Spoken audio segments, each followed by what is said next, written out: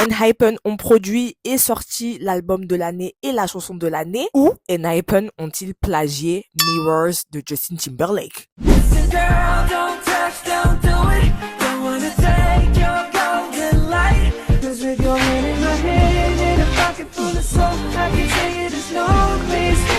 Alors déjà, bonsoir, non.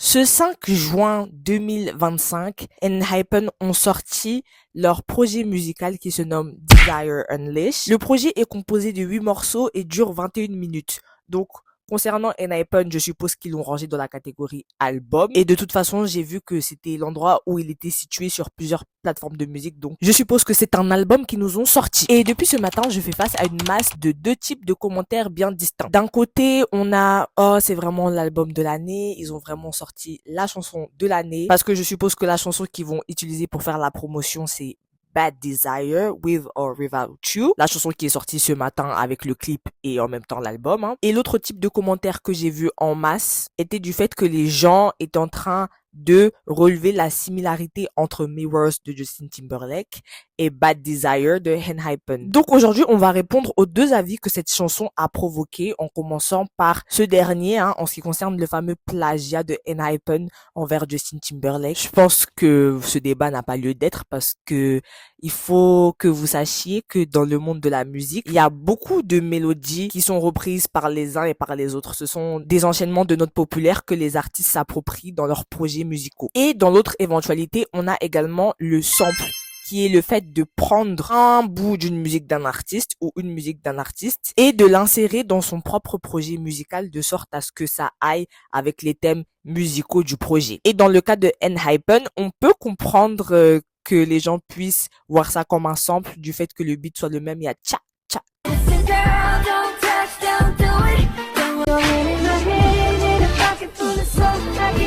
dans le beat, c'est le même BPM et même la manière de placer leur voix, elle est un peu similaire. Mais après, du coup, là où on peut dire que c'est un sample, c'est dans la manière dont ils utilisent leur instrumental parce que déjà, elle est totalement différente.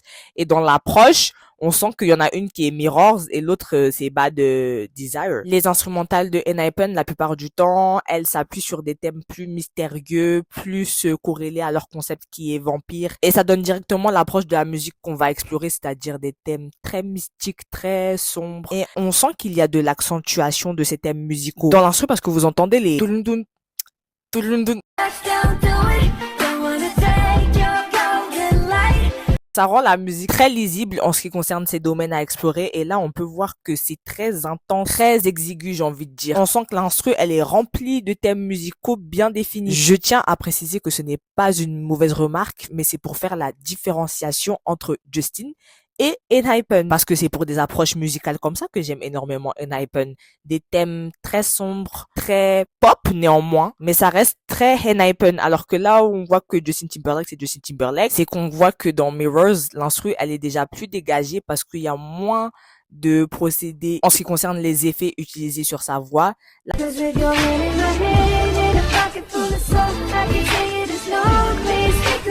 Justin Timberlake, il va juste chanter la musique et il y aura des harmonies dessus. Alors que dans Bad Desire de ENHYPEN, on a mis des effets pour faire la superposition des voix. Et c'est voulu, c'est le but de la production de la musique de ENHYPEN. Là, on fait face à deux cas pop, donc un artiste solo pop qui entreprend sa chanson dans le genre R&B, pop soul, urbain, Justin Timberlake, tout ça. Et ENHYPEN, toujours pop, mais le genre de la musique, il fait plus dance pop et il explore plus des thématiques musicales obscures. Ça renvoie plus le message de languir pour l'amour d'une personne, dans le sens où dans les deux musiques, on fait face à de la narration, sauf que dans l'une des musiques, le thème le plus exploré, c'est plus le désir. Ça, c'est ENHYPEN. Et dans la narration de Justin Timberlake, on se rend compte que lui, il fait plus face à une épiphanie du fait que, oh, j'ai trouvé ma moitié, je vais pas la perdre, quoi. Épiphanie, ça veut dire réalisation soudaine.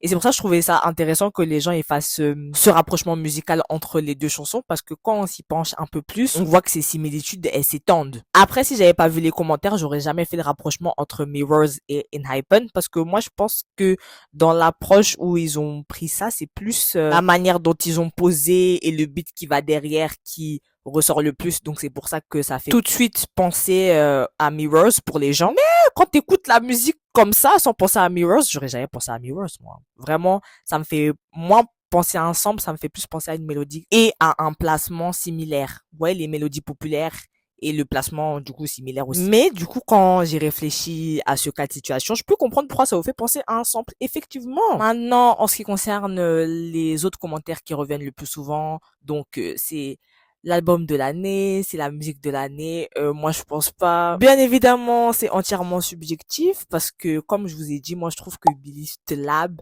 c'est vraiment une agence qui met le paquet sur la production en ce qui concerne Enhypen ou même Elite.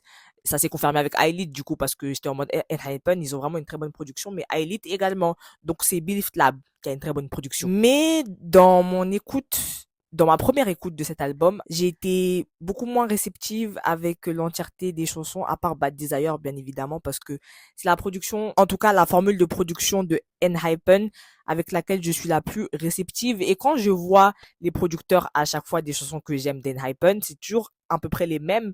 Donc, je comprends pourquoi les autres chansons, j'ai été moins réceptive. Pour les OG, vous savez, mais si vous ne savez pas, Enhypen, c'est l'un de mes groupes préférés musicalement dans la K-pop. Et je vais vous dire pourquoi, même si je l'avais déjà dit sur TikTok, il me semble. Pour ma part, mon projet musical préféré de Enhypen, c'est leur EP qui se nomme Border Day One. L'EP avec lequel ils ont débuté. Et les raisons pour lesquelles j'apprécie énormément cette EP sont, premièrement, la production que je trouve incroyable. Ça a été ma première connexion avec la production musicale de Enhypen, donc ça a été la plus impactante. Car pendant l'écoute de cette EP, c'est une expérience. Tous les sons qui s'enchaînent ont un rapport et ils sont tous corrélés aux thèmes sonores sur lesquels ils se sont appuyés pour produire cette EP. Donc ces thèmes sonores, ces thèmes musicaux sont des thèmes mystérieux, juvéniles, dreamy. Ça fait un peu rêveur mystique. Et l'un des grands thèmes principaux musicalement, c'est l'introduction au commencement,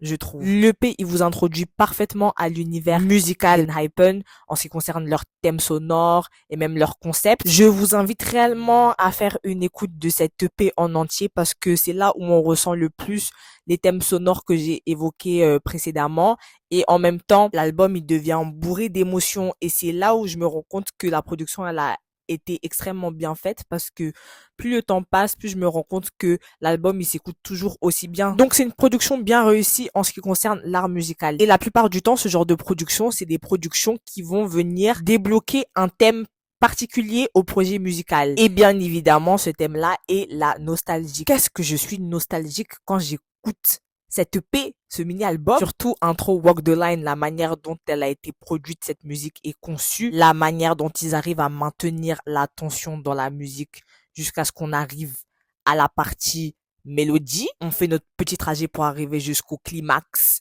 et bam, beat drop. Non, vraiment, intro Walk the Line. L'une de mes chansons préférées de Enhypen. C'est vraiment un projet que je vous recommande. C'est vraiment l'un de mes projets musicaux préférés de tous les temps. Là, je prends tous les genres englobés. Et ce qui est intéressant avec Enhypen, c'est que ils ont des couleurs bien distinctes dans leur voix. Et donc, les avoir suivis au début de leur carrière, ça permet de voir l'évolution de leur voix, comment ils se développent, comment ils prennent de la consistance de leur voix et qu'ils arrivent quand même à assimiler une assez bonne tessiture vocale. Dans le sens où on sait que la base vocale de ce groupe, c'est Hee-sung et le reste, ils viennent compléter. Mais je trouve qu'ils ont fait un bon travail dessus parce que je sais pas si vous avez remarqué, mais pour ma part, Enhypen, c'est le premier boy group que j'ai écouté où dans leurs chansons, il n'y avait pas un rap inutile qui servait à rien parce que être interprète de rap ou être un rappeur, c'est pas donné à tout le monde. Alors que je trouve que c'est plus facile d'enseigner à une personne une manière de bien utiliser sa voix de sorte à ce qu'elle soit utile à un groupe plutôt que de lui enseigner à être un interprète de rap ou un rappeur. Ça, c'est encore autre chose. Et donc, avec Enhypen, j'avais énormément apprécié ce point-là. La couleur de leur voix qui est pour moi énormément remplie.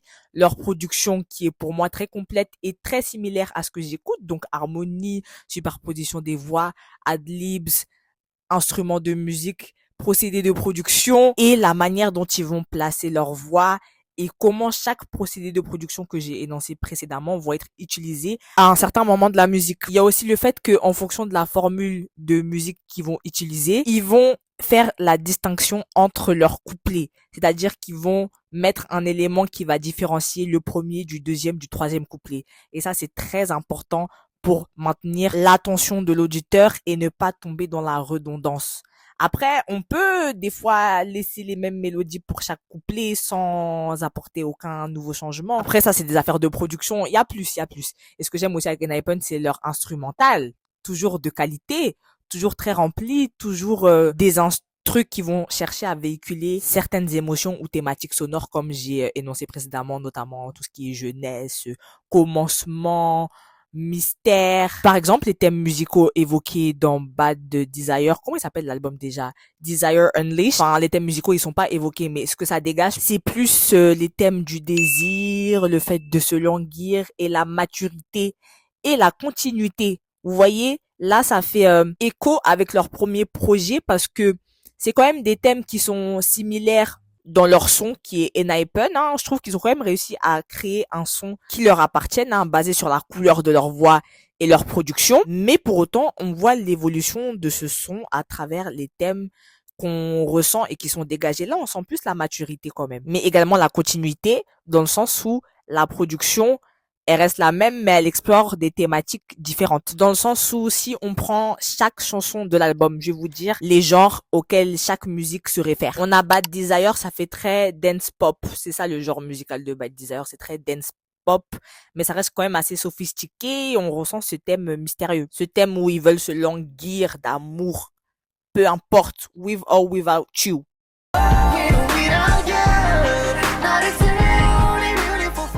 Après, on a Flashover qui est la première chanson située sur l'album. Donc, la première chanson qu'on écoute, c'est un peu leur intro. Et dans cette chanson, on retrouve le genre électronique un peu... il y a la basse, future basse. Et c'est des genres que vous avez déjà écouté dans les chansons de Enhypen où ils utilisent le genre EDM.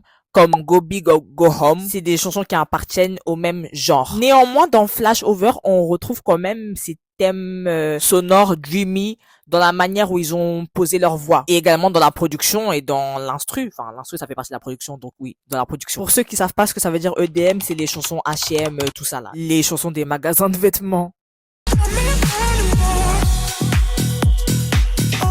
Ensuite, on a une musique qui s'appelle Outside, où là, on retrouve plus des vibes hip-hop, parce qu'ils se sont dit, aujourd'hui, on va interpréter du rap. Il y a une dichotomie entre ce que je disais d'eux tout à l'heure et là. Parce qu'aujourd'hui, ils se sont dit, je vais interpréter du rap, du coup, ça enlève tout ce que j'ai dit précédemment. Non, ça reste quand même légitime, parce que je trouve qu'en tant qu'artiste, tu dois quand même t'explorer. Mais ça prouve que je les trouve quand même toujours aussi éclatés. Je vous ai déjà dit, pour moi, c'est pas leur fort. Ou du moins, une chanson comme ça, en entier, non. Peut-être des phases.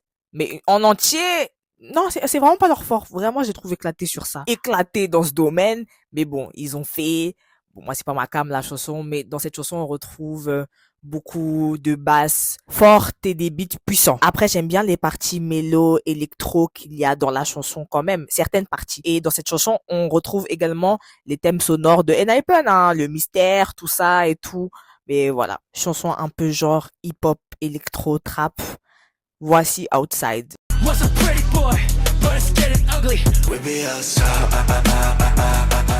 Ensuite, on a Lose qui était l'une des pré-releases, une chanson qu'ils ont sortie avant la sortie de leur album, voilà, pour nous teaser un peu. C'est une chanson qui a des sons très pop, mondaine, populaire, juste une guitare et ils ont plus isolé leur voix pour faire ressortir ces thématiques en mode sexy et la manière dont ils ont placé leur voix.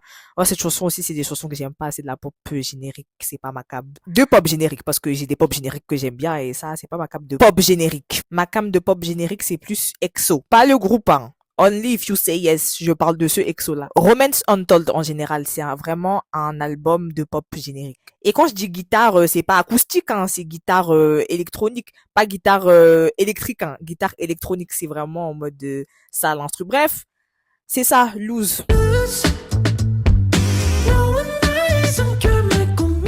Ensuite, on a Helium. C'est vraiment une musique qui se réfère au genre musical d'Enhypen, ça s'entend. C'est de la pop rétro qui reste quand même très upbeat. Pourquoi je dis que ça se réfère quand même à Enhypen? Bah, dans la production, comment ils ont posé leur voix, et aussi dans les thèmes sonores, comme si t'étais à la recherche de quelque chose, c'est toujours très upbeat. Ça fait un peu penser à Mixed Up. C'est pas du tout similaire, hein, la chanson, hein, mais c'est pour vous dire mon impression. Mais ça reste de la pop générique, pop rétro, genre ça s'entend de ouf. Ça, c'est des musiques qui ont pour but de finir à la radio. C'est des musiques avec de fortes inspirations rétro. Rétro slash pop rock. Il y a quand même aussi des inspirations pop rock. Et on entend cette certaine guitare dans l'instru qui nous fait penser à Tempest. Ils ont beaucoup de musique comme ça, Enhypen. Mais ouais, la production, elle fait quand même très Enhypen, mais c'est une musique qui a quand même des genres très génériques. Et quand je vois les personnes qui sont à la production, je me dis, mais voilà pourquoi la production a fait autant Enhypen. Et l'apport de la guitare, ça fait très pop rock, j'avoue, la guitare électrique pour le coup.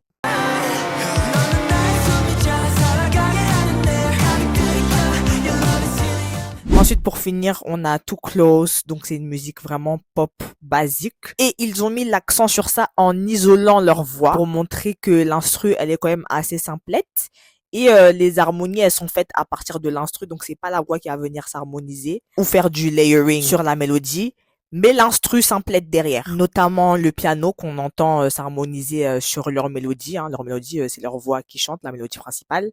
Et le piano, il vient aussi exprimer les thèmes romantiques que la chanson dégage.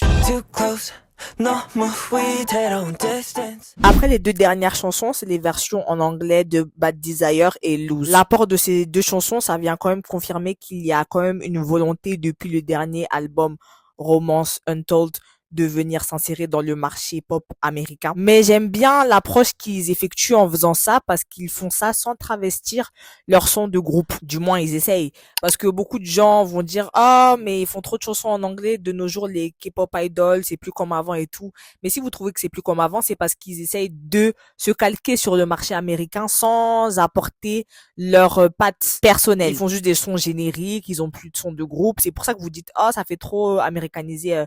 Mais non, moi je vous ai déjà dit, chanter une chanson en français, en anglais, en espagnol ou en coréen, peu m'importe tant que ils réussissent à dégager les émotions à travers les phrases qu'ils vont dire. Parce qu'il faut quand même un certain phrasé pour réussir à faire dégager les émotions. Et c'est pour ça que vous avez l'impression que quand les chanteurs de K-pop, ils chantent en anglais, ça fait très américanisé, c'est parce qu'ils dégagent rien. Vous vous en rendez pas compte, mais l'écriture, c'est extrêmement important pour réussir à faire dégager une certaine émotion. Donc, ça implique aussi la manière dont tu vas prononcer les phrases, tu vas émettre une émotion malgré toi. Et donc, c'est plus facile quand tu comprends entièrement le texte que tu chantes, parce que tu vas comprendre toutes les subtilités de la langue et tout. Ça, je vous l'ai déjà dit maintes et maintes fois. Par exemple, il y a plein d'idoles qui font des versions japonaises de leurs chansons, mais les versions japonaises, elles dégagent rien du tout. Parce que ils chantent le texte comme des robots. Ou moi, je pense aussi que le phrasé est tout simplement moins bon. La manière dont ils ont construit la chanson, c'était plus pour se faire un max d'argent plutôt que de la rendre musicale. Et par exemple, il y a Tomorrow by Together, à un moment donné de leur carrière, ils sont venus à un concert au Japon, ils ont interprété Crown, la version japonaise. Mais moi, je trouve la version japonaise horrible. Personnellement, moi, c'est pas celle que je préfère pour les raisons que je vous ai énoncées plus tôt.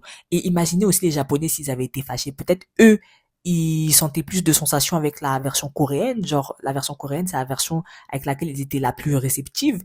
Et ils viennent, ils chantent la version japonaise parce qu'on est au Japon. Non, mais on est où là? Chaque musique dans chaque version dégage sa propre émotion du fait que le phrasé, il va être différent. Donc, il y aura des allitérations différentes, des figures de style différentes. Ça va sonner différemment dans l'oreille. Et c'est pour ça que c'est ça que j'aime bien avec Enhypen, c'est qu'ils essaient quand même de conserver leur identité sonore. Parce que les idoles, ils se rendent pas compte qu'ils essayent de plaire à un certain public sans rien apporter. C'est comme si demain, nous, nos chanteurs français, ils commençaient à faire des chansons entièrement en anglais en enlevant leur identité sonore. Genre, nous, on n'essaie pas de faire des musiques en anglais pour se faire accepter autre part. On essaie de se faire accepter pour l'identité sonore qu'on propose. Et donc, par conséquent, chanter des musiques dans une autre langue, ça implique dégager des émotions différentes. Or que quand tu chantes en français, ou juste dans la langue dans laquelle tu as réussi à faire ton identité sonore, t'apportes ton identité, tout simplement. c'est plus facile, plus simple. Après, tu peux faire des chansons dans d'autres langues et tout. Mais quant à la subtilité et la maîtrise de la langue, ça coule bien quand même. Mais pour autant, je reste convaincue que ça reste une question quand même de phrasé, d'écriture et d'interprétation. C'est la manière dont tu vas interpréter la musique qui va réussir à faire dégager les émotions dans une musique. Pour illustrer mon propos, dans la K-pop, il y a des artistes qui arrivent bien à switcher les deux versions. Ce sont NCT Wish et N-Team. Et donc, ils proposent deux versions à écouter, soit coréenne, soit japonaise. Et par exemple, avec NCT Wish, j'apprécie pas du tout la version coréenne de Hands Up. Je la trouve éclatée au sol.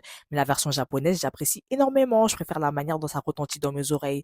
C'est l'une de mes chansons préférées de NCT Wish. Et pour N-Team, la plupart du temps, je suis réceptive à leur version japonaise. C'est là où on voit que ça reste quand même beaucoup une question de phrasé, d'interprétation et de cible. Parce que pour NCT Wish, j'écoute plus leur version en coréen, alors que les 2/3 des membres sont japonais. Et pour N-Team, j'écoute plus leurs chansons en japonais parce que ça, je suis plus réceptive à ça. Et leur cible aussi, c'est le marché japonais de base. Donc, ils se concentrent plus pour faire un bon phrasé, une bonne interprétation et une bonne écriture lyrique en japonais. Les 3 points clés, c'est le phrasé, l'interprétation, l'écriture et la cible. Les 4 du coup. Et SM avec NCT Wish, ils arrivent bien à atteindre les 2 cibles, je trouve, parce que j'écoute des chansons en japonais de NCT Wish et des chansons en coréen de NCT Wish comparé à N-Team où j'écoute vraiment quasi que du japonais.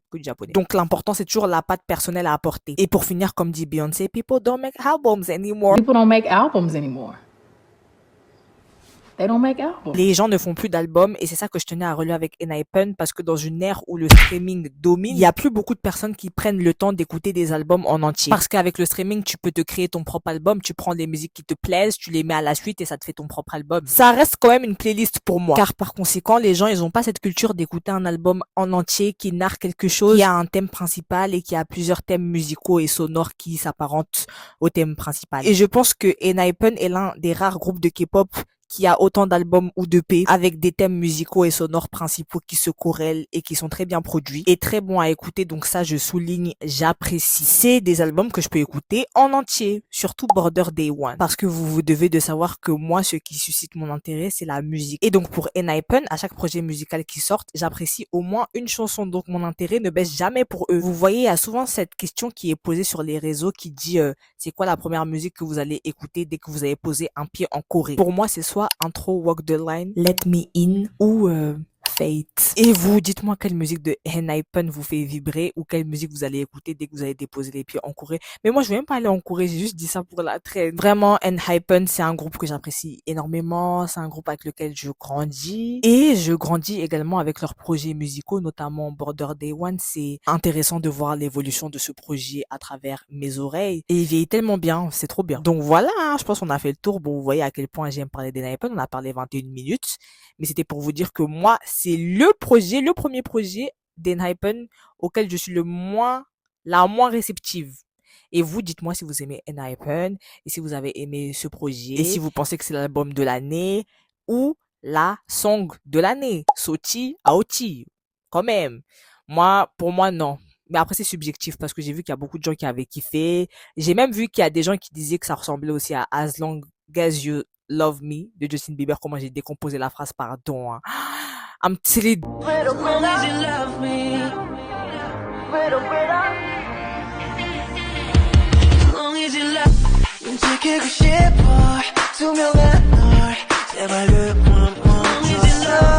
Après, je dis pas, hein, l'album il est bien produit et ça nécessite toujours plusieurs écoutes la musique. Mais je sais là de base, d'ores et déjà que cet album, ces chansons, c'est les chansons avec lesquelles j'ai été le moins réceptive à la première écoute. Mais après, ça peut changer, hein. Mais je pense pas, je me connais musicalement maintenant. Mais il y a des chansons que je peux plus apprécier si j'écoute plus souvent, je suppose. Mais bon. Mais voilà, du coup, bisous le club. Et je pense que je vais plus faire de live sur Street Woman Fighter parce que là l'école c'est redevenu cardio. I'm sorry, mais je vais quand même essayer de faire des reviews parce que l'épisode 2 il était trop bien. Moi j'ai kiffé. Et vous, même s'il y a eu beaucoup de fraude dans cet épisode bien évidemment, mais c'est trop bien parce que chaque danseur a une personnalité bien imposante et je me rappelle de beaucoup de danseurs comparés aux saisons précédentes. Les danseurs ont beaucoup plus d'individualité, de personnalité, donc c'est ça qui est bien. Mais bref, on verra ça dans la review de l'épisode 2 si je la fais. With or without you, yeah you got that. Non, vraiment, sans nous, Nicki, Jongwon, Heesung, Jay, Jack, Sungwoon. Ah ouais, hein? J'aime bien quand ils font des musiques comme ça. 자기가 시켜놓고 이거